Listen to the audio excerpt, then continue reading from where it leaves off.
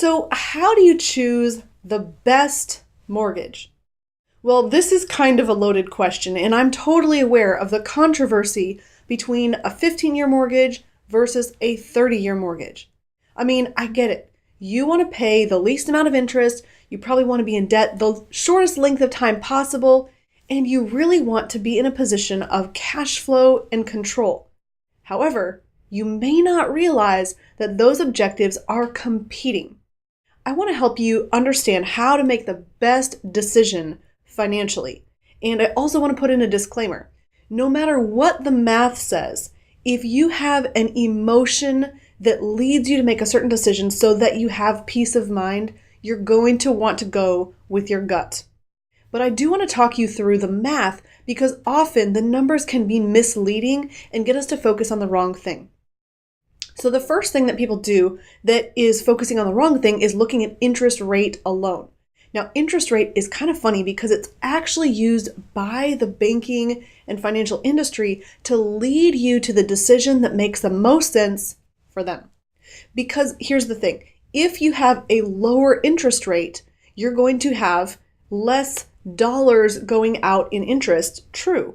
And it sounds like a great decision to go with something that has the lower interest rate, which usually would then lead us to a shorter mortgage because 15-year mortgages have smaller interest rates than 30-year mortgages. However, if you look at the volume of dollars each month that you are paying to the mortgage company, you'll realize that you're having more dollars flow out of your hands. That means a bigger expense to you and more cash flow into the control of the mortgage company.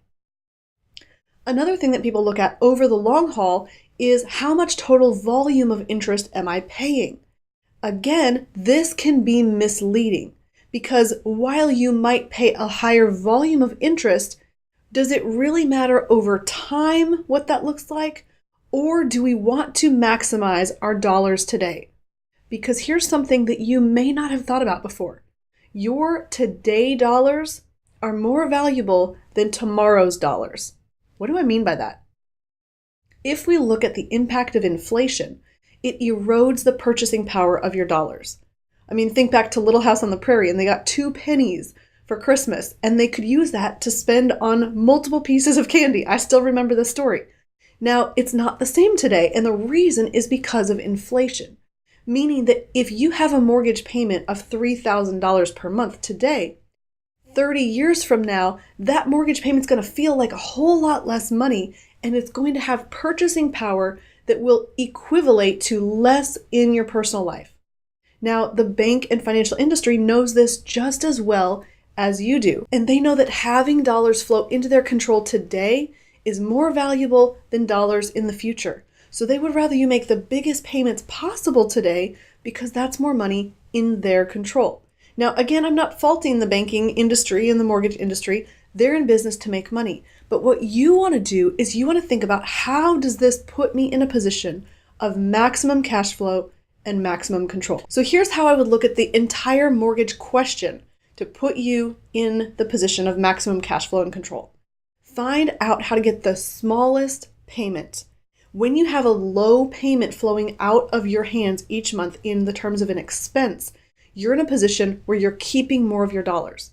Now, when you keep more of your dollars, that means you have more money to put to work to create time and money freedom. It means you have more to save and more to invest in cash flowing assets. So it's more valuable to you to have a lower expense. Now, again, remember, you're not in debt if you own more than you owe. That is something that most people fail to understand, and they feel that just because I have a mortgage means I'm in debt. It's not true that you're in debt just because you have a liability or a loan. You're only in debt if you have negative net worth, meaning you have more liabilities than assets. The other thing to look at is what is the best stewardship of your dollars? Meaning this, where can you get the highest return on your investment? Your house is not the best place to store your cash. First of all, it's a major lifestyle expense. It's not an investment. Money put into the 4 walls of the house has the potential to fluctuate up and down in value.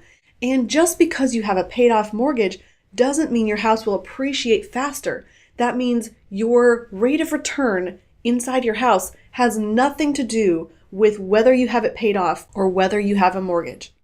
So use that to consider how to have the smallest payment by having the longest mortgage, even if that is a higher interest rate. And even, yes, if you pay more dollars in interest overall, what you want to focus on is having the most dollars in your control today.